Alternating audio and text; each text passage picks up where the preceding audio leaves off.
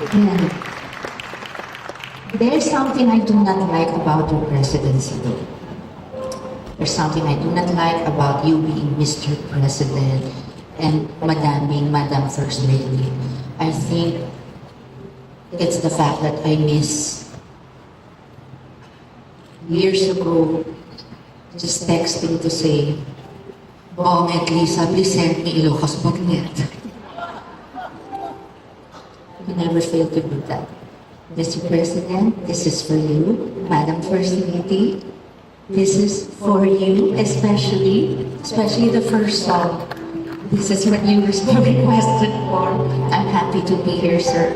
And sir, I have only one vice president and my date tonight.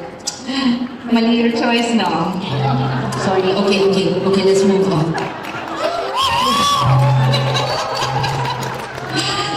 Basta, Mr. President, you have my support. I will pray for you, I will pray for the country, I will pray that before we all judge you, that you are allowed to do your job for all of us. And we pray for good health, peace of mind from all the fake news, all the disinformation.